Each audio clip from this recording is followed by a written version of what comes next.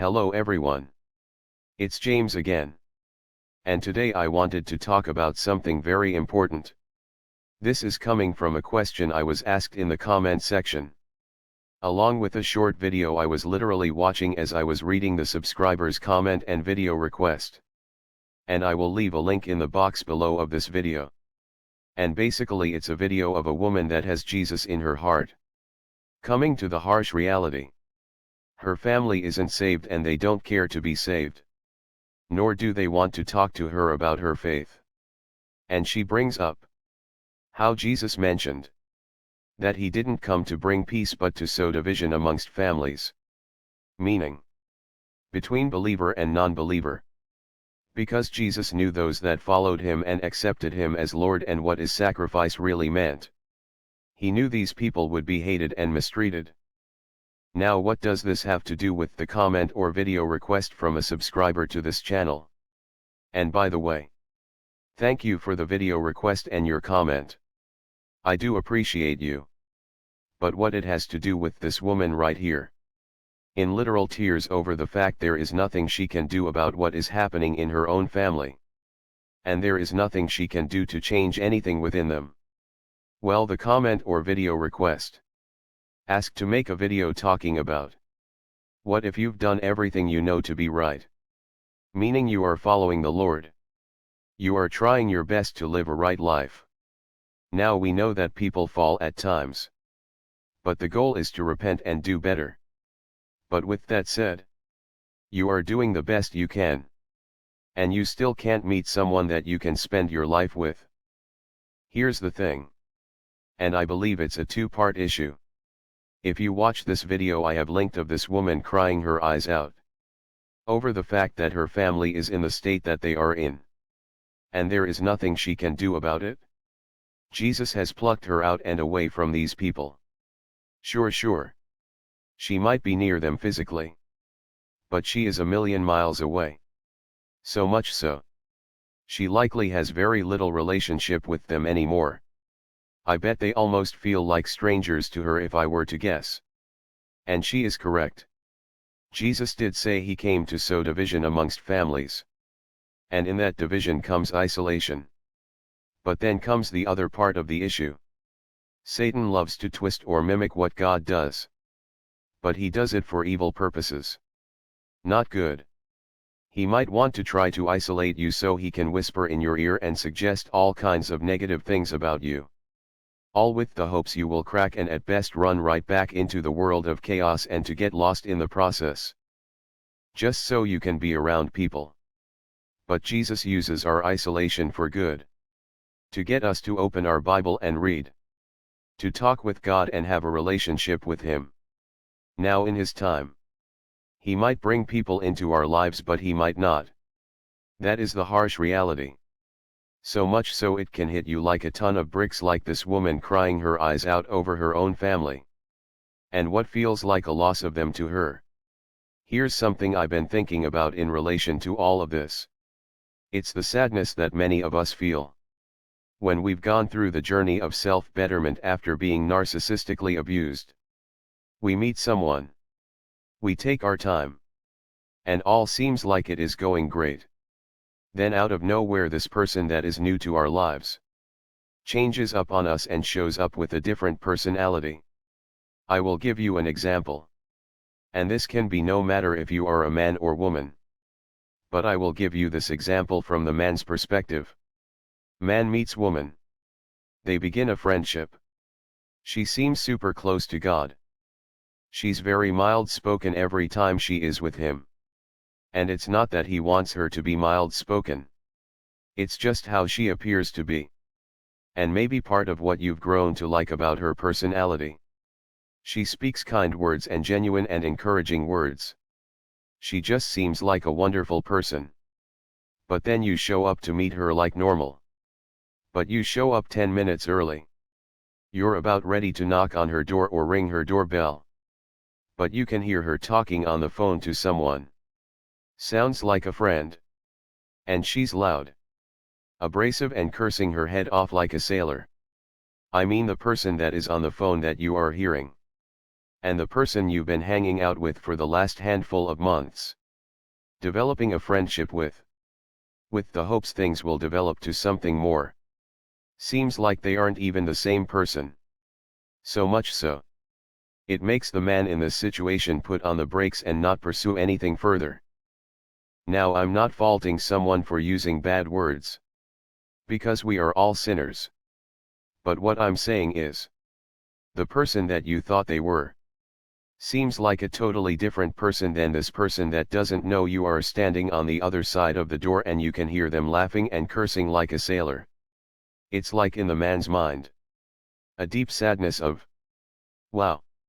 And I thought I found someone Jesus had for me. Happiness goes right to sadness and not wanting to be in the situation at all. The same could be the case, I would suppose, if a woman met a man and had the same thing happen. You've had one bad relationship after the next. And here you found someone that seems like they are the right one. You are being careful and watching and testing the spirits. And then out of left field you are blindsided by something like this. It really takes the wind out of your sails. Look. Satan has done a number on this world and the family unit. And Jesus knows this fact. That's why Jesus has to keep you from certain people and from certain situations. This is why, again, I've mentioned over and over. If you are in a relationship, and things are going really well, you need to sit down as a couple and talk about how and what you will do when the enemy comes a knockin'. And usually the enemy comes a knockin' in the form of a so-called friend. Someone that wants to hang out and this and that. And then before you know it, they want you to start going places that someone in a relationship shouldn't go. And with Satan's words, they will tempt you, trying to make you feel like you are missing out, when it's all a trap to separate you from someone God has put into your life for good. Satan wants to push you to be around bad people, and will try to get you to throw away the good people. And when you are alone, he will try to tick off in your brain, with his best attempts to make you feel like you're a loser and no good and no one loves you. But Jesus separates you from the bad people or those that will cause you to stumble. And when he sees fit, remember, God's ways are not our ways. So when and if God sees fit, he might bring someone special into your life. But remember, how many of those people are walking planet Earth? Remember, Satan has done a number on society and has most people in his hip pocket. Do you think that God wants you with these people? Probably not. But God can do anything. You know. In this situation, it's a good idea to see reality for what it is. But as the Bible tells us, to still be of good cheer, and to comfort one another. Look. For me, I love to meet people at the store, or when I'm getting coffee, or when I'm out exercising. But if nothing comes of it, there's nothing I can do. I've come to realize, though there are tons of people in Satan's hip pocket, there are lots of us that are in this stuck limbo state as well. And it's again because Satan has done a literal number on society.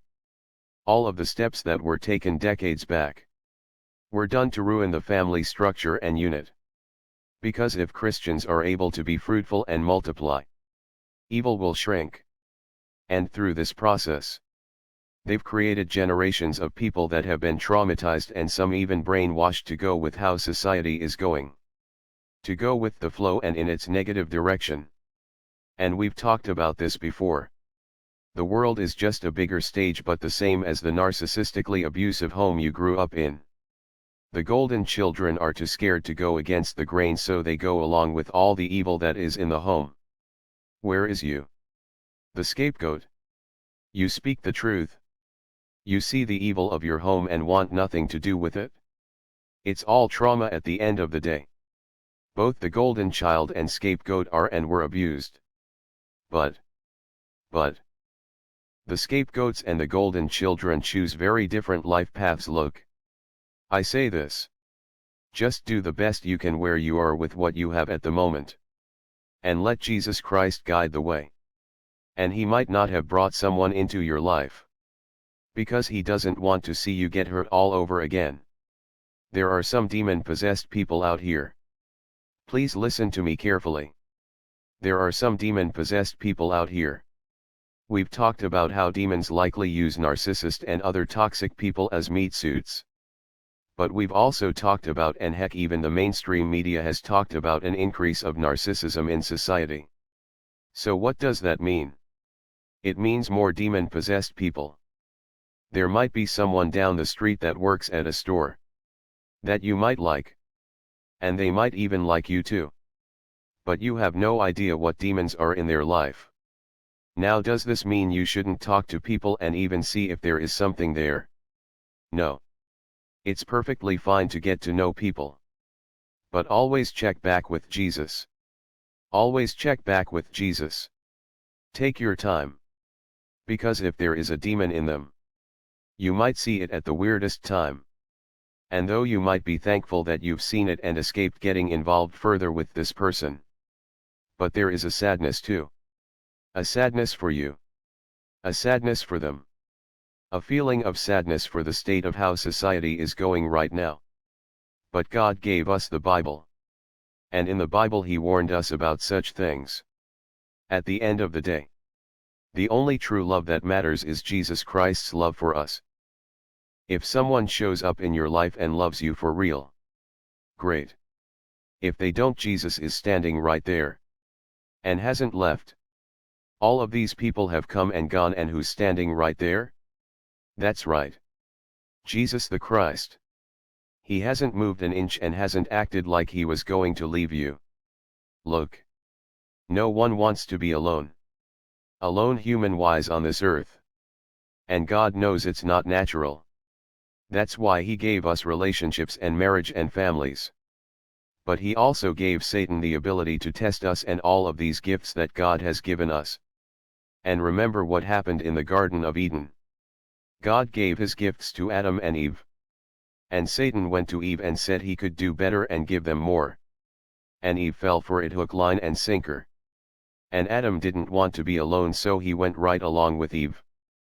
Nothing has changed. Satan is pulling the same tricks on society and humanity.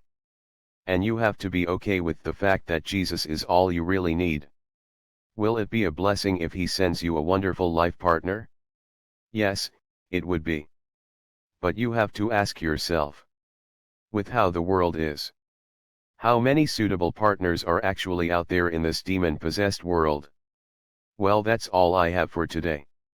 I would like to know your thoughts on this video and the video of this woman I linked in the box below. Also, please like, comment, share and subscribe if you can. And until next time, bye for now. And be good to yourself.